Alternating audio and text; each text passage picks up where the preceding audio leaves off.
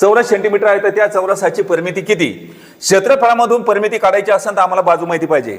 आता सांगा चौरसाचे क्षेत्रफळ म्हणजेच काय? बाजूचा वर्ग. आता एकोणाची तरी वर्ग म्हणून आता काय? बाजूच्या वर्गमूळाचा वर्गमूळ बाजू आणि 156.25 वर्गमूळ काढायचं आपल्याला. मग आता 25 वर्गमूळ 5 येतं. आता 156 आहे. 156 कोणाच्या दरम्यान आहे सांगा? 144 आणि 100 किती? अरे 12 169. मग आता 144 वर्गमूळ किती? 12. मग आता 2 अंक सोडून पॉईंटचा वर्गमूळ, 1 अंक सोडून पॉईंट. आता या ठिकाणी बाजू किती निघाली सांगा? 12.5. मग आता याच्यामध्ये परिमिती काढायची. चौरसाची परिमिती म्हणजे काय सांगा? 4 गुणिला बाजू, 4 गुणिला बाजू किंवा बाजू गुणिला 4. मग आता सांगा 4 पंच 20. आता हातच्याले 2.